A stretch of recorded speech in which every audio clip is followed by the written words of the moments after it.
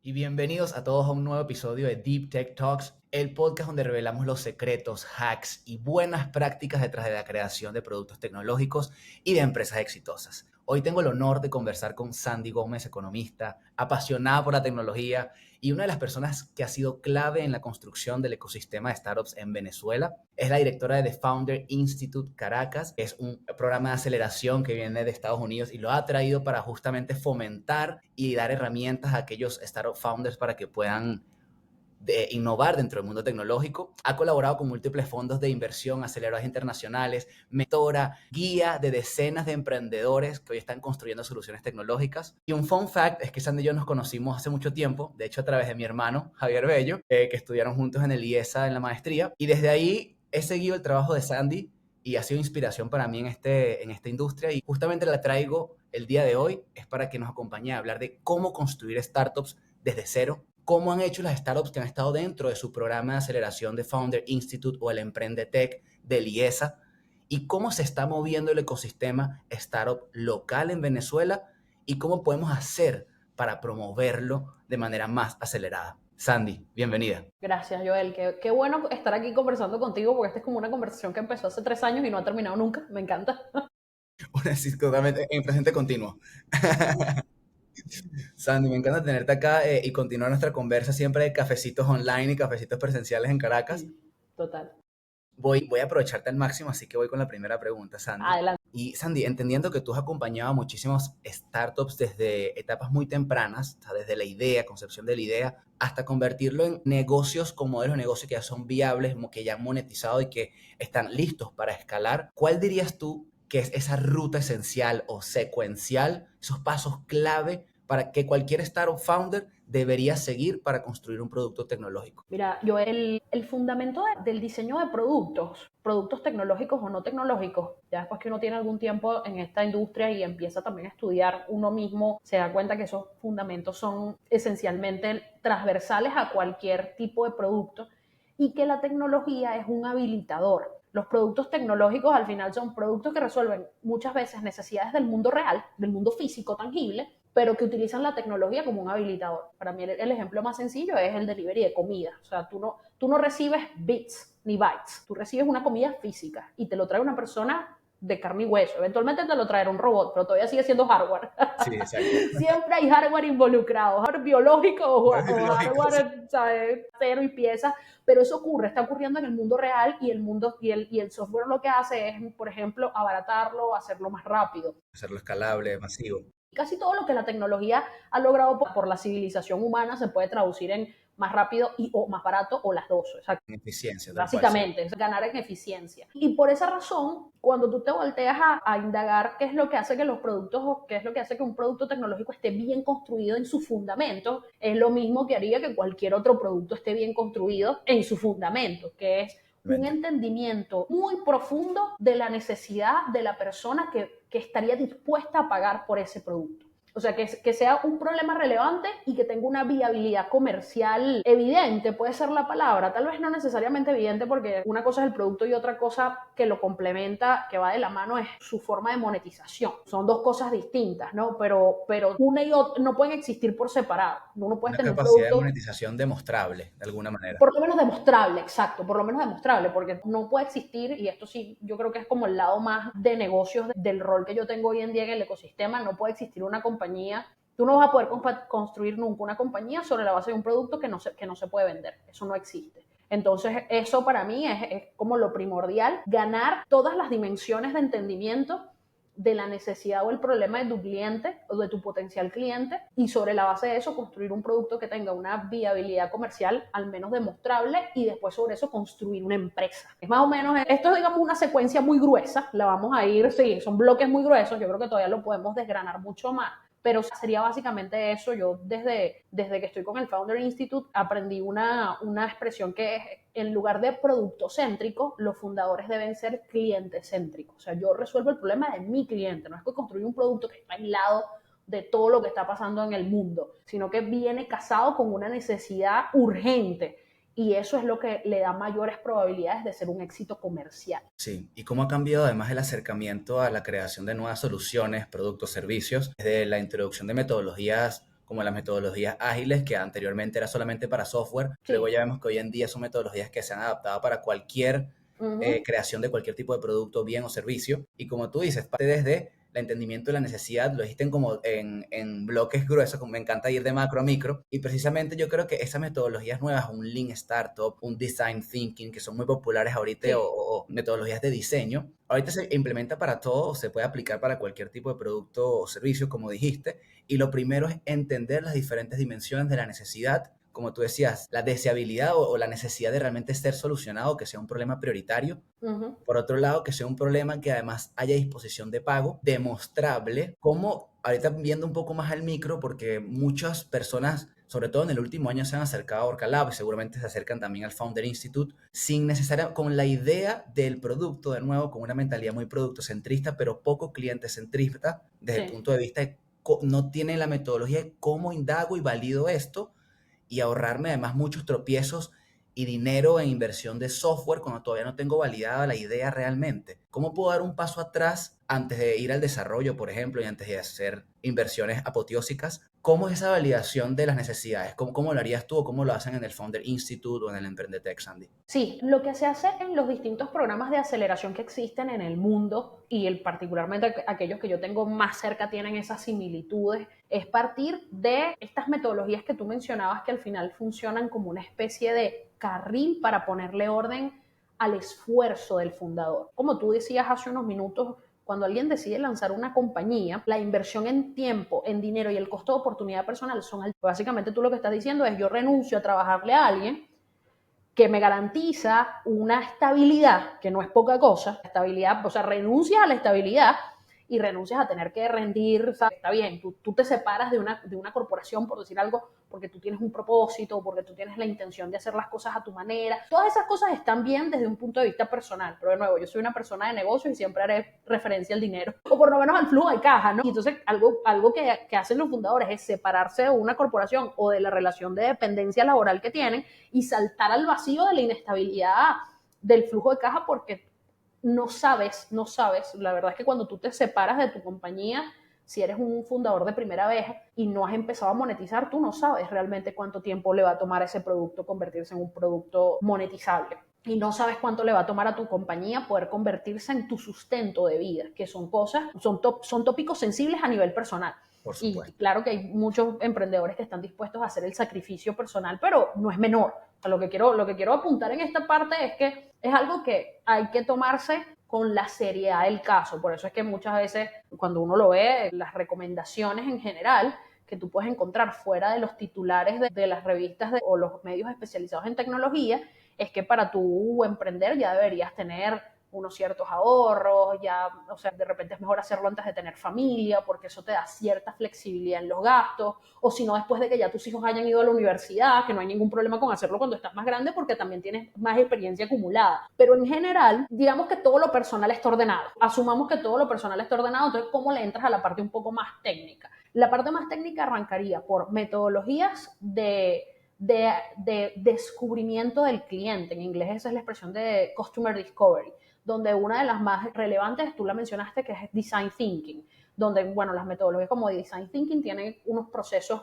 tienen como unos subprocesos muy bien definidos y te van ordenando. Entonces es como que tú vas a hacer un esfuerzo de locos, pero ese esfuerzo tiene un orden y al tener un orden va a tener un resultado. ¿Qué puede pasar? Que el resultado no te guste, pero no importa, porque eso también es digamos, tú tienes que estar acostumbrándote a un proceso iterativo donde tú estás descubriendo cuál es la realidad del producto que tú estás planteando. A ti te puede gustar mucho tu producto, pero el tema no es que te guste a ti, es que le guste al cliente. Entonces, en la medida que tú te vas encontrando con esa fricción de la realidad, yo creo que ahí hay muchas cosas también a nivel personal, frustración, ansiedad. Por eso es que mucha gente dice, no, es que yo no quiero hacer la entrevista, sino que quiero construir el producto porque me siento inseguro de mostrar algo que no está listo. Eso yo lo puedo entender porque todos somos humanos y sentimos esa ansiedad, pero desde un punto de vista de negocios no es inteligente.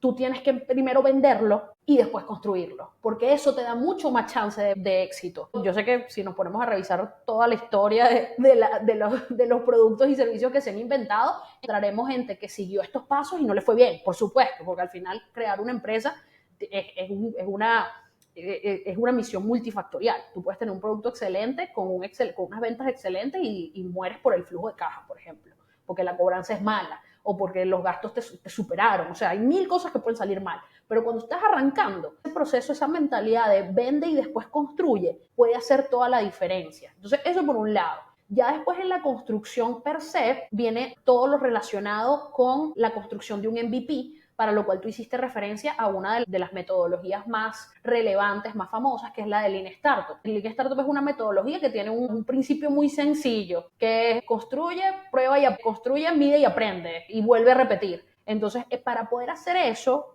digamos, además de que es algo muy sencillo, Lean Startup está diseñado para que sea rápido. Esas son como sus dos grandes características, que sea sencillo y que sea rápido. Entonces, por definición, las construcciones que tú haces, las cosas que tú fabricas cuando estás utilizando metodología Lean, no pueden ser demasiado complejas. Tienen que ser sencillas de construir. Claro, si tú y yo fuéramos ingenieros de software, creo que ninguno de los dos lo es. Tal vez para nosotros, Muy lejanos. lejano, estamos muy lejanos, pero tal vez para nosotros no sería difícil construir un software. Pero si no lo somos, para nosotros, si queremos apegarnos al Lean Startup, nosotros tenemos que construir MVP, de estos MVP que hoy en día son mucho más sencillos de construir con lo que llaman un mock-up, que es una maqueta. Ah, que la maqueta es limitada, que la maqueta es fea. Por supuesto que la maqueta va a ser limitada y va a ser fea porque es un MVP, es un producto mínimo viable. Yo no necesito que haga todas las cosas. Yo lo que necesito es tener el mínimo que yo pueda presentar a un potencial cliente para obtener retroalimentación y sobre la base de esa retroalimentación refinar mi producto. Entonces, esos dos procesos de entender bien el cliente, como lo mencionaba antes, y tenerla desacomplejarse, si es que la palabra existe, de que yo tengo que presentar algo que está perfecto, no tengo que presentar algo que está perfecto, pero tengo que tener la capacidad de aprender muy rápido y mejorar muy rápido.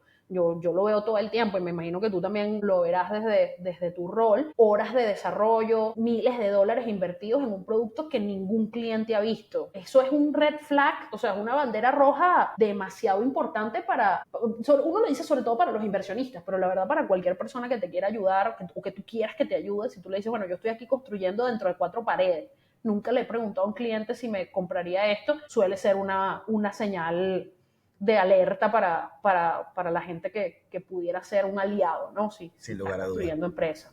A mí me gusta mucho la secuencia y cómo de en verdad diseñaste el proceso y lo fuiste mapeando en estos bloques, el discovery o el descubrimiento de ese cliente y de la necesidad y poder validar muy bien el problema, validar la dimensión y prioridad del problema en ese tipo de personas, o sea, todos los problemas que tiene, porque todo el mundo Sí, tiene problemas N, sí, sí, sí. cuál realmente es el prioritario, cuál están dispuestos a pagar y resolver en un corto tiempo y por ende, y luego está el tema, bueno, de pricing strategy, que es cuánto están dispuestos a pagar además luego, ¿no? Claro. Pero eso ya vendría en una siguiente fase, que ya es con la construcción de esa primera versión de mi producto con las herramientas que tenga el founder sin necesidad Sí. de adquirir recursos incrementales fuera de alcance. Vamos a ponerlo de esa Exacto, manera. por lo menos fuera de alcance, porque si tú tienes tu tiempo, siempre le puedes meter tus propias horas, se supone que esa es la más barata, pero entonces construir un equipo, o sea, pagarle un equipo para que te construya Exacto, algo, bueno, no, exacto. normalmente no es. Exacto, exacto. En la primera, que es el discovery, utilizar metodologías como design thinking, que tú dices tiene pasos bien específicos en cómo hacer de forma ordenada ese estudio de las necesidades y priorización de ellas. Luego voy a construir mi primera versión, que es para yo mostrarle algo a esa gente con la cual estuve investigando, a ver si en efecto esto se acerca a lo que ellos estarían dispuestos a pagar y construyo mi MVP con metodología como Lean Startup, la metodología por excelencia de validación de ideas de negocio de manera muy ágil y con pocos recursos. Y luego me voy a la iteración o user test e iteración, que ya se lo muestro a esta gente, le digo qué tal, qué te parece, qué usarías, qué te gusta, qué no te gusta, y como me dice mucho mi hermano, que lo destruyan. Entonces tú llevas un Eso, MVP y la sí, naturaleza humana es el miedo al rechazo y al es fracaso. correcto. Sí, eso genera mucho, por eso es que mucha gente no lo quiere mostrar, porque sabe que va a recibir un feedback que le va a herir su ego. Y está bien, todos somos humanos, eso nos pasa a todos, Sí. pero desde un punto de vista de negocio, no se vale. Recomendación de Sandy, desde un punto de vista de negocio, quítese el ego antes de entrar en este camino empresarial. Sí, es como un ring de boxeo, se los digo. Completamente, completamente. Y paso tres, como decías, esa validación e iteración que termina siendo también Lean Startup, que es medir y aprender, crear, medir, aprender, crear, medir, aprender de manera cíclica. Y me encanta que lo dijiste de esta secuencia, creo que lo ilustraste súper bien. Esto es lo que además en efecto Sandy lo baja de esta manera tan simplificada, para que entiendan el cómo hay que realmente procesar esta información, y por eso es que ayuda también a cientos de emprendedores en Emprendetech y en The Founder Institute, porque tiene la simplicidad para llevarlo a ejecución. Y estos tres pasos, Sandy, ¿qué considerarías tú qué tiene que definir un emprendedor, o cuáles son las características que debería tener ese MVP para que en efecto lo ayude a generar ese aprendizaje, o sea, medir o aprender de manera rápida? ¿Cuáles son las características de ese MVP? Porque creo que a veces se nos va de scope. Por lo Ujú, general, ujú. creo que hay una mala concepción de qué es un MVP, o sea, mi primera Sí, versión. Es como que, bueno, pero esta primera versión puede tener estas 10 funcionalidades. Entonces, claro. ok, ¿qué define un MVP? Explícanos, porfa. Idealmente, y es algo que es difícil, sobre todo en equipos emprendedores, tal vez con un emprendedor individual pueda que sea un poco más sencillo, pero es poder llegar al consenso de las 10 funcionalidades, por decir algo, que pueden ser 8 o pueden ser 12, cuál es esa en donde presumimos, esto es algo muy importante, ahorita voy a volver sobre la palabra presumimos, cuál es esa en la que presumimos que podemos tener mayor adopción más rápido. Pues si mi producto es nuevo, no existe nada similar en el mercado, es posible que haya una especie de curva de adopción. Hay que probar. Si la gente lo adopta rápido y lo usa rápido, pensemos en cuando los teléfonos tenían todavía teclado. Pasar del teléfono de teclado a un teléfono de pantalla que no tiene el roce, eso era un proceso de adopción que alguien tenía que testear. Si Sí. la gente se iba a sentir cómodo o no. Estoy diciendo un ejemplo además muy sencillo porque hoy en día para todos es evidente que es mejor, pero cuando no existía no era evidente, alguien lo tenía que probar. Y por eso voy a la palabra de presumimos. Yo creo que algo que puede ser muy útil que los emprendedores internalicen es que para la gran mayoría de los productos nuevos, nadie tiene la certeza de lo que va a ocurrir. O sea, todos los que hacen un producto nuevo trabajan sobre la base de supuestos. Tú estás esperando que pase X, que a la persona le guste tu producto, que funcione de una manera específica, etcétera, etcétera. Pero tú no tienes la certeza de eso. La única manera de llegar a la certeza es que lo pruebes y que lo pruebes a través del MVP. Entonces, ganar certeza sobre 10 funciones es algo muy complejo. La forma más sencilla de hacerlo, que es las buenas prácticas, no quiere decir, pues yo sé que hay mucha gente que se esfuerza mucho en construir, que un MVP robusto, para mucha gente un MVP robusto es uno que haga más cosas, y no necesariamente es así, es que haga una sola cosa y la haga bien, la haga mejor que su sustituto o mejor que su competencia. Entonces, ese cambio de mentalidad es algo que siempre hay que trabajar, porque muchas veces cuando tú le dices a un emprendedor qué te diferencia de tu competencia, yo soy el producto que integra, yo soy el todo en uno, a lo mejor no es eso. Ojo, esto es un ejercicio de validaciones. Para ti, para mí, que estamos como desde un punto de vista donde lo que nosotros hacemos principalmente es brindar soporte, nosotros lo que podemos hacer es proveer retroalimentación sobre las cosas que creemos que no van a tener tanto éxito. Como por ejemplo, lanzar un MVP con 10 funciones. Es como que, mira, de cada 100, el que tiene más funciones es el que se muere primero. Uno lo sabe. El emprendedor puede que no lo sepa, porque está este tema de que si es emprendedor por primera vez a lo mejor no lo entiende y está muy entusiasmado con poder resolver un solo problema, con muchos problemas con un solo producto. Pero la realidad no funciona así. La gran mayoría de las veces no funciona así. Entonces, uno lo que hace es recomendar como que, mira, yo creo que el camino que tiene más chance de éxito es que acotes tu alcance y empieces con una sola cosa. Pero entonces cuando tú dices eso, el emprendedor siente que le estás quitando toda su ventaja competitiva. Y ahí es donde uno también provee la retroalimentación, como que, bueno, no puede ser que tu ventaja competitiva sea el todo en uno. Eso no es tan común. O sea, el producto que es la navaja suiza, solo la navaja suiza. Pues. Sí, y además, Solamente ese. literalmente. Me encantó además quiero que sepas que me van a tatuar en el pecho la que dijiste, el producto que tenga más funcionalidades muere primero. Quisiera La ponerlo en algún lugar en una estadística valla para que cuando me contacten ya sepan esto de antemano. de oro. Sí, sí, sí, ya abajo.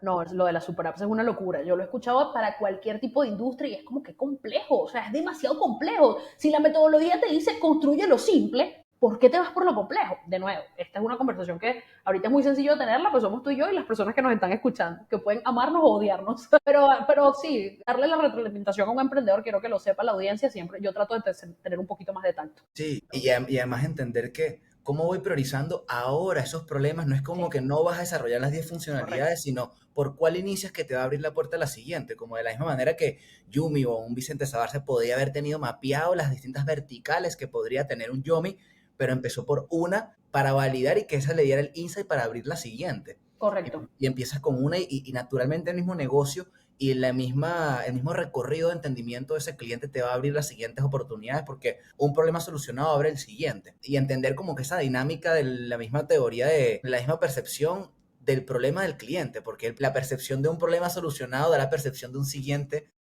Correcto. generado. Eso por un lado. Y lo siguiente, como tú decías, una herramienta que nos ayuda mucho y que creo que por eso lo traigo a colación, que ayuda mucho al momento de validar, para que no sea uno en la opinión, como tú decías, como uno reduce en mayor medida esa presunción de las funcionalidades con las que debería salir ese MVP. Una herramienta como la matriz impacto-esfuerzo, un Moscow, que te ayuda como a priorizar un poco al menos y puedes, siento que también hay una concepción como que el equipo de producto y los clientes, y hoy en día la co-creación del producto con los clientes Sí.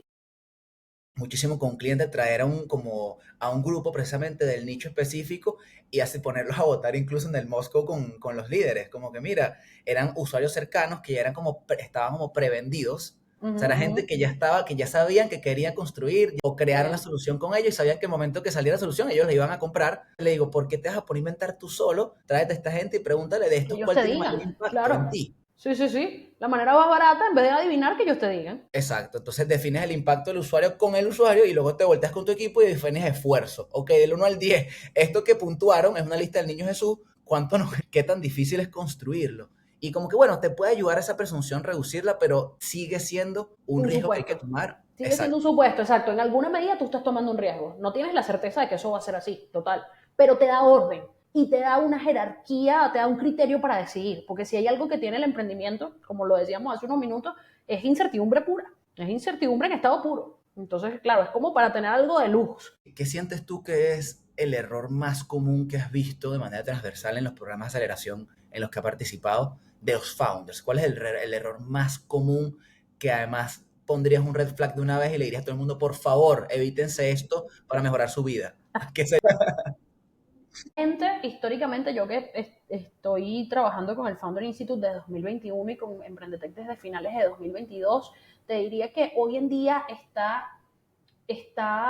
genera una impresión muy desfavorable pedir dinero para construir un producto o un MVP. Eso genera una impresión muy desfavorable. Es como si tú no tienes a tu alcance, con tus dos manitos y tu ingenio, una manera de construir algo mínimo para testear, muy poco probable que un inversionista te suministre dinero para eso. Sin embargo, voy a colocar un asterisco, hay ecosistemas donde eso, digamos, es menos penalizado y hay momentos históricos donde también es menos penalizado porque aquí ya estaríamos entrando como en digamos, los catalizadores macroeconómicos de la inversión en Venture Capital, que la inversión en Venture Capital o en capital emprendedor es de las más riesgosas que hay y un catalizador común suele ser tasas de interés más bajos. Entonces, por ejemplo, partiendo de que el mercado más importante de emprendimiento y de Venture Capital es los Estados Unidos, cuando en Estados Unidos las tasas están más bajas, el apetito por invertir en cosas riesgosas aumenta. Entonces eso puede ocurrir. Lo quiero aclarar porque muchos emprendedores me siguen diciendo como que, pero es que yo sé que en Silicon Valley levantan dinero así. Bueno, pero allá,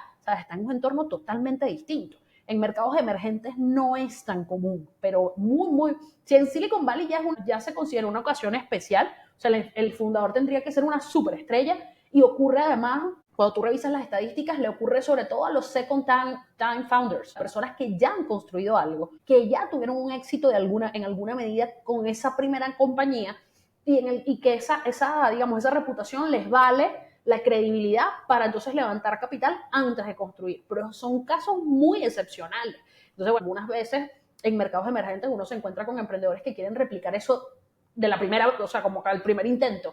Y es como, bueno, no, eso también significa que tú no entiendes la dinámica de los ecosistemas. Pues, o sea, la dinámica estándar. Siempre vas a tener lo que en la literatura llaman los outliers, pues los que se salieron del molde. Pero bueno, ¿cuáles son las probabilidades? De nuevo, es posible, siempre es posible que alguno rompa el molde, pero la gran mayoría de las veces no es así. Y es una forma de tú disminuir tu propio riesgo como fundador, es ir avanzando, digamos, pasos cortos pero muy rápidos. Entonces, para mí, ese sería como el primer gran error, que es tratar de levantar dinero para construir, porque tú lo que estás revelando es que entonces no tienes los mecanismos ni siquiera para construir la versión más simple de lo que tú consideras que es un producto revolucionario. Y segundo, es subestimar el progreso subestimar la velocidad del progreso. O sea, que mucha gente quiere hacer el progreso como arrancó nuestra conversación. Yo quiero subir 8 escalones de un solo golpe. Es como, no importa, tú puedes subir un escalón a la vez, pero lo haces a velocidad estrella, pues. Entonces, eso es lo que realmente te da una ventaja, tu velocidad, no necesariamente cumplir hitos extraordinarios de un solo golpe, que suele ser más difícil. Entonces, es como pasos más pequeños, pero más rápidos. Subestimar eso, y de nuevo, es normal porque viene en parte de no entender la dinámica de los emprendimientos y de los ecosistemas de emprendimiento, pero subestimar eso creo que es el segundo gran error. ¿Sabes qué hemos visto últimamente muchísimo? Claro, yo creo que los early adopters, como todo dentro del ecosistema startup, fueron jóvenes emprendedores, entusiastas de tecnologías nuevas, en su caso, bueno, lo que fue en fintech con cripto, y han sido como que estos early adopters de distintas tecnologías, por lo general gente joven, y estamos viendo en los últimos años muchos ex corporativos o corporativos queriendo emprender en tech. Sí. ¿Qué recomendaciones le darías? Porque yo veo que estos dos errores que ya comentaste aplica también para este perfil. ¿Qué recomendaciones adicionales le darías a estas personas que están acostumbrados a todo el ecosistema corporativo, hicieron carrera, hicieron capital y ahorita quieren emprender en tech, incluso con capital propio o con sus propias conexiones que hicieron? ¿Qué les recomendaría a estas personas como para que entren de la mejor manera al ecosistema tech y tengan éxito? Wow, a mí ese tema me encanta porque lo que hemos visto últimamente, a donde nos ha llevado la reflexión con el emprendedor que viene del mundo corporativo, que tiene lo que yo considero que son dos grandes palancas o dos grandes ventajas. Número uno, la experiencia dentro de un entorno más estructurado. Yo creo que es algo muy importante. No vas a tener estructura al principio, pero tú puedes construir una estructura porque tú sabes, si vienes de una corporación, tú sabes cómo luce el orden. Muchas veces el que sale de la universidad y emprende, no tiene ninguna referencia de orden, porque no ha pasado por una corporación o por una transnacional, por decirte algo. En cambio, el que viene de ese mundo tiene una noción de orden. Él sabe hacia dónde tiene que ir, aunque al principio no lo tenga. Y segunda gran ventaja es su red de contactos. La red de contactos puede ser una fuente muy valiosa de retroalimentación y muy valiosa de potenciales clientes. Eso, pues, para mí ahí está el oro. Ahora, ¿dónde están las patas cojas? Emprender sin, digamos, hacer el salto o hacer el cambio físico de una corporación, una startup, sin hacer el cambio mental, precisamente porque el orden no lo vas a tener. Entonces, hay muchas cosas en las que vas a tener que ser mucho más pragmático y mucho más flexible. El orden de la corporación no está, y no están los recursos de la corporación. No está la burocracia, las corporaciones son más burocráticas, eso significa que tú puedes ir más rápido, pero vas a tener que aprender a ser más ágil. Muchas corporaciones no tienen eso y está bien. Hay una razón por la cual las corporaciones no lo tienen, y es porque las corporaciones, en la medida que crecen, o sea, las compañías, en la medida que pasan de ser startup a corporación, tienen que formalizarse más para proteger el flujo de caja de la compañía. O sea, es algo normal. Tú asumes mucho riesgo y cuando llegas a un punto en donde empiezas a recibir la recompensa, tú te cierras al riesgo. Eso es como un ciclo de vida normal de las compañías. Pero el que pasa de ser empleado de una corporación a ser empleado de una startup o fundador, tiene que poder hacerse el switch mental. Y el segundo es, si van a financiar esta aventura con dinero propio, esto es algo que hemos estado hablando en la oficina muy recientemente, el dinero tiene la muy peligrosa virtud de esconder las ineficiencias. Como yo tengo dinero para págalo al precio que sea, contrata el que sea, y eso no es así. O sea, yo creo que tú tienes que pensar como si fueras un fundador de 20 años que no tiene ni ahorro, y obligarte a trabajar con máxima eficiencia, porque si no, esta aventura te puede costar tu jubilación fácilmente. Entonces, de nuevo, esto es una perspectiva de negocio, no es personal. Yo sé que me escucho muy ruda, Sí, no sí. quiero ser grosera, De pero es hecho, así. lo más educado y bonito que puedes hacer por la audiencia de este podcast es ahorrarles plata, Sandy. Exacto. Y a mí De también, o sea, verdad, gracias. de verdad, de verdad. Espero que lo aprecien, lo hago con mucho cariño. Sí, seguro que sí. Y sabes que te hago esta pregunta también porque naturalmente que los corporativos estén buscando o haya atención sobre el ecosistema tecnológico es lo que está haciendo que haya progreso e inversión también en el mundo tecnológico que venga Sí, del corp. sí, Y estos ex corporativos que están viendo oportunidades, están buscando, tienen una sed además de algo nuevo, muchos años en ese orden, están buscando un nuevo path de carrera, o he visto eso al menos con los clientes que se nos han acercado, que vienen ex qué bien, Accenture, ex PwC, qué tú dices, maravilla. y te pregunto, ¿cómo has visto? Contexto, Sandy y yo la última vez que nos vimos fue hace como un año, que tuvimos una conversación, un café, y Sí, en aquel momento, bueno, todavía, por ejemplo, bueno, muchas cosas han cambiado, no solamente cuántas cortes nuevas ha tenido el Emprendetec, cuántas cortes nuevas ha tenido el Founder Institute, cuántos eventos nuevos, además de del ecosistema de startups acá en Venezuela han existido y se han nutrido. Hemos visto además a nuevas startups, ya que la última vez, no sé, del evento que fue en Caracas, todavía la sensación era Yomi, ahorita es Cachea, y hay nuevos fenómenos, el fenómeno Cachea sucediendo y abriendo toda una gama de oportunidades dentro del mundo fintech. Hay muchas cosas sucediendo, pero quiero que me des como un overview, me pongas al día. ¿Qué avances? ¿Cómo has visto evolucionar el ecosistema de startup en Venezuela en este último par de años? ¿Quiénes son de repente los nuevos actores que estás viendo entrar en el ecosistema startup? Cuéntame un poco de eso, por favor. Varias cosas. Yo, cuando tú me planteaste esta pregunta, desde el primer momento quise reconocer como algo muy, muy bueno y muy positivo. Ojalá esto se potencie y se concrete en algo duradero para el ecosistema. El involucramiento de las corporaciones en la promoción del ecosistema. Entonces me gusta mucho que me comentes el background. Sé que acabas de utilizar como referencia que el background de algunas personas que han venido a pedirte apoyo o feedback es Accenture, PwC. Eso me parece increíble porque esas son, las consultoras suelen ser compañías con mucha estructura que suelen tener también buenas referencias internacionales, porque por ejemplo PwC, como puede ser KPMG, como puede ser Deloitte, como puede ser EY, pertenecen a una red global de consultoría. Entonces ellos conocen, digamos, tienen la experiencia local y el potencial de referencia de lo que está pasando en otros mercados. Y eso los hace particularmente útiles para situaciones relacionadas con emprendimiento. Yo soy ex KPMG y yo siento que eso a mí me da una ventaja a la hora de trabajar con startups por el entendimiento de las compañías más maduras, pero eso requiere, como yo lo mencionaba hace algunos minutos,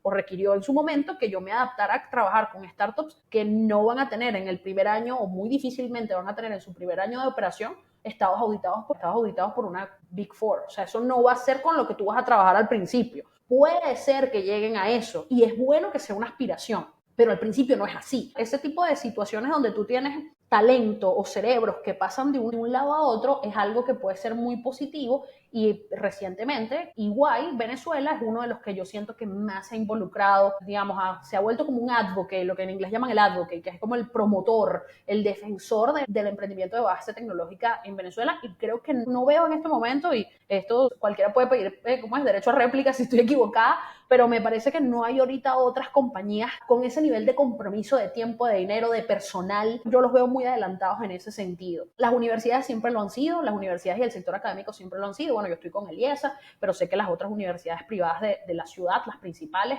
están muy involucradas y eso es bueno y tiene que seguir. Pero hasta que no se involucre más el sector privado corporativo nos va a costar. Ya después, en un mundo ideal, debería involucrarse también el sector público, pero bueno, sabemos que eso pasa por resolver, por el cambio de otras variables y por un nivel de estabilidad que en este momento pues no tenemos y lo podemos tener en el futuro. Digamos, no es tan complejo. Venezuela sigue siendo un país con unos fundamentales con unos fundamentales que nos pueden llegar a dar una ventaja importante como país. Pero bueno, se tienen que resolver los temas circunstanciales. Pero yo diría que es eso, el involucramiento del sector corporativo lo veo como algo positivo, donde el ejemplo que te puedo dar ahorita es el de EY.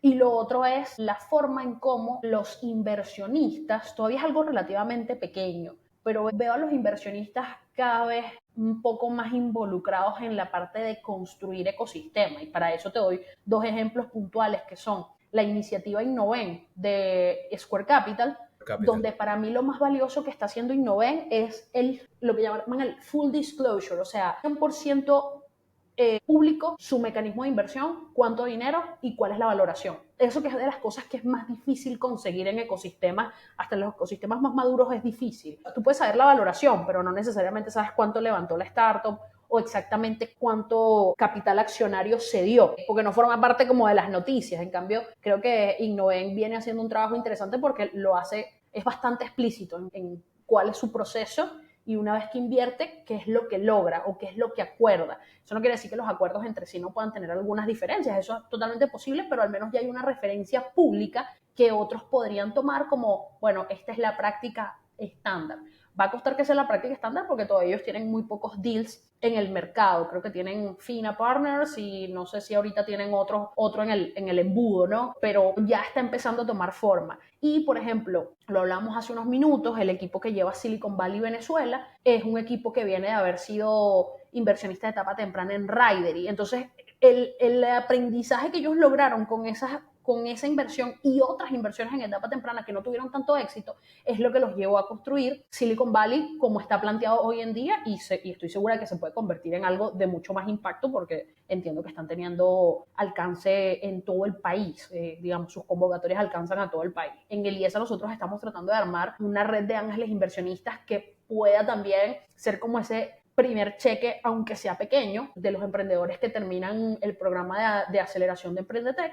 Pero bueno, nos pasa que la gente está muy interesada, pero no necesariamente entiende la inversión en startups, no entiende toda la relación riesgo-retorno. Entienden el retorno, pero el riesgo no, y el riesgo también incluye el riesgo de liquidez. Eso significa que tú cuando adquieres una participación en una startup, la adquieres hoy y no necesariamente mañana la puedes vender. No es que haya alguien muriéndose de ganas de comprarte tu participación, como pudiera ser la inversión en mercados mucho más líquidos, como el mercado de valores de Estados Unidos. Pues entonces esas diferencias, que en la teoría se ven muy sencillas, en la práctica tienen una incidencia muy importante de si la gente decide invertir o no y cuánto. Te acabas de decir de manera implícita algunos de los obstáculos para promover la inversión acá. El primero es el desconocimiento respecto a cómo funciona el planteamiento de inversión de inversionistas ángeles, por un lado. Lo segundo es, naturalmente, el riesgo de liquidez que están asumiendo, pues para algunos no es lo suficientemente atractivo.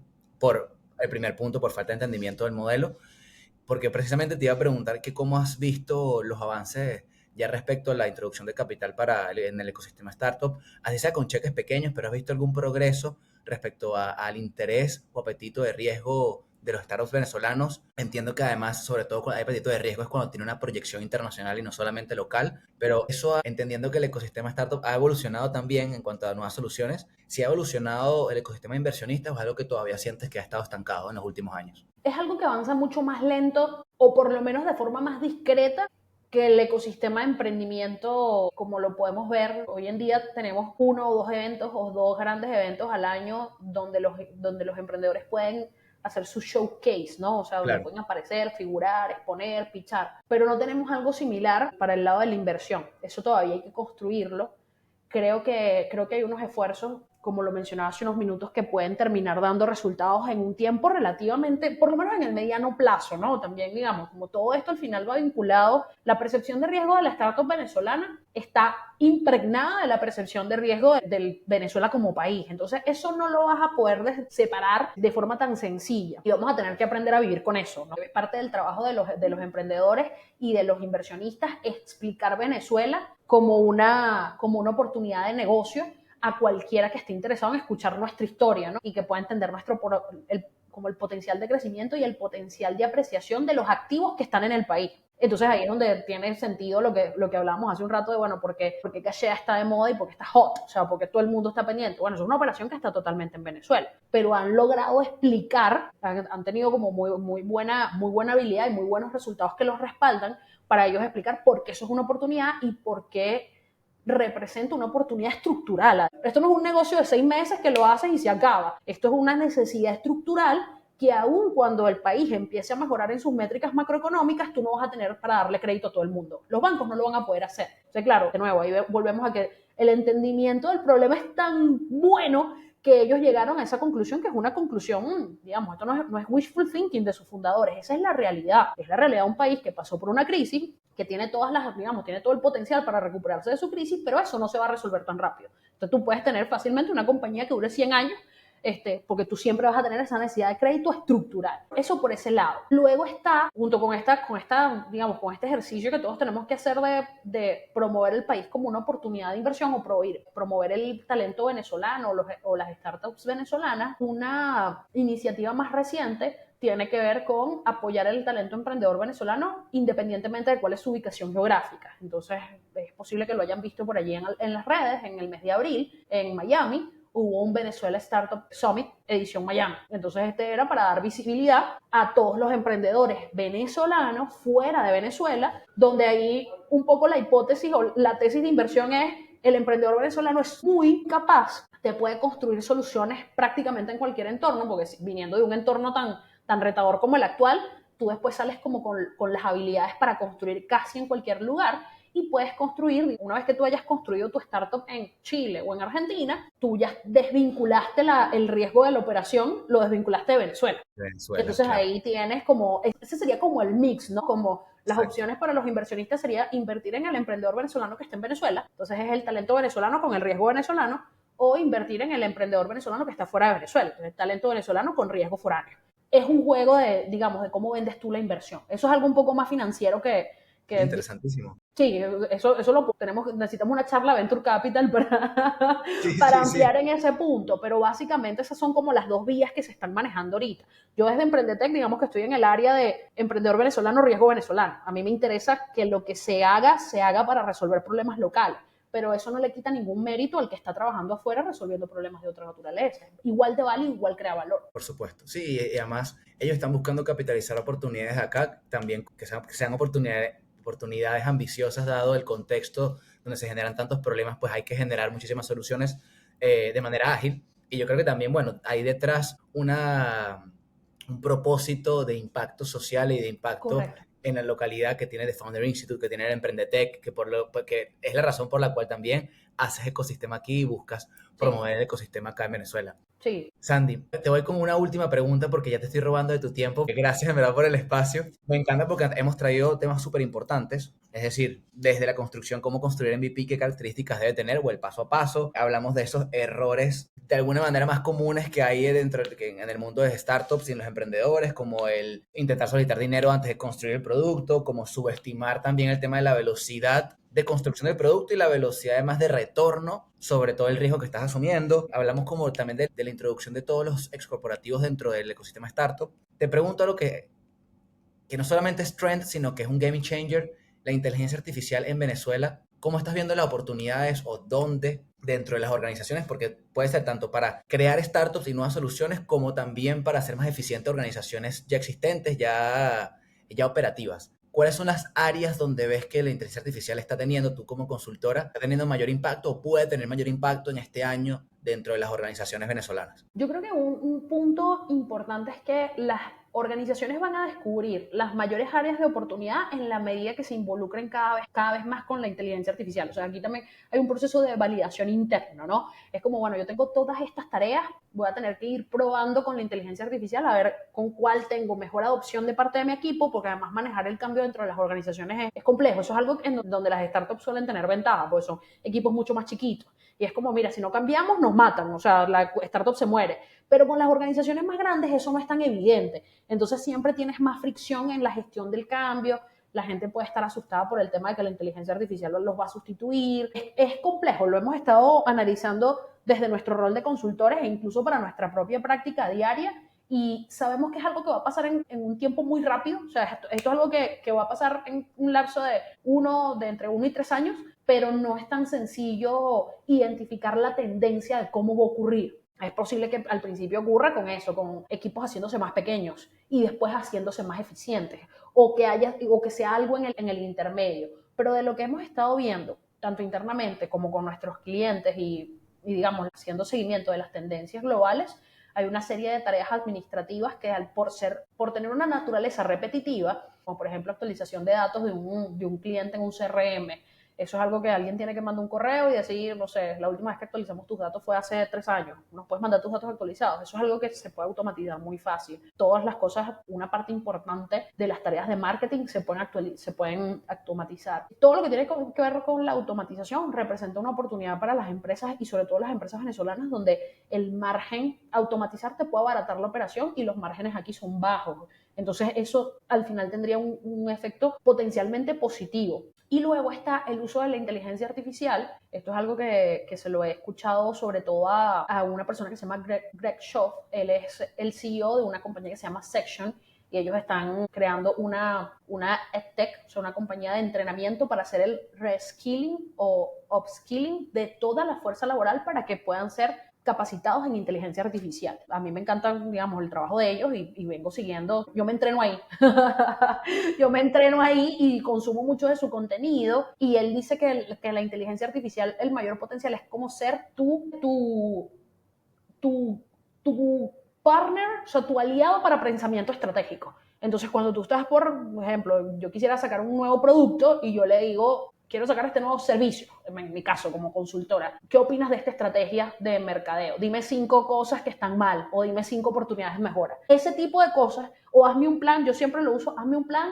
para ejecutar en las próximas 4 semanas. Porque a mí me cuesta mucho, como le cuesta mucho a muchas personas que están al frente de sus organizaciones, cómo divido mi tiempo. ¿Cómo hago para que estas tareas quepan en mi agenda, pero que además me permita progresar? Y la inteligencia artificial me hace como mi plan, ¿sabes? Mi plan de 4 semanas de, bueno, esto es lo que tienes que hacer en las próximas 4 semanas para tu primera iteración, porque además a veces en los procesos corporativos las iteraciones no son tan rápidas como uno quisiera, pero tú tienes que seguir avanzando para poder verle el queso a la tostada, ¿no? Como se dice por acá. Sí, Entonces totalmente. eso es algo en lo que yo he visto, me ha gustado mucho más y creo que si uno tiene la disciplina de ejecutar, es un súper aliado para poder llevar seguimiento de tu propio esfuerzo y de cómo ese esfuerzo se va traduciendo en un resultado específico para tu negocio. Parece espectacular cómo lo reduciste a 2 áreas importantes, tareas repetitivas, todo lo que son tareas repetitivas entre la organización, tomando en cuenta que también hay que dar un paso atrás hablando de transformación digital y cómo instalar primero estos sistemas como CRMs, como Exacto, ERPs, que ya exacto, todavía ya creo que ese es el primer paso incluso antes de inteligencia es artificial. verdad. Y lo siguiente, sí, tareas repetitivas en automatización e inteligencia artificial. Y lo segundo, pues tareas de organización, de planificación y supervisión, es decir, en que te puede ayudar también a corregir, a revisar entregables, a darte feedback. Y son de los distintos niveles de implementación tecnológica o de AI que puedes ir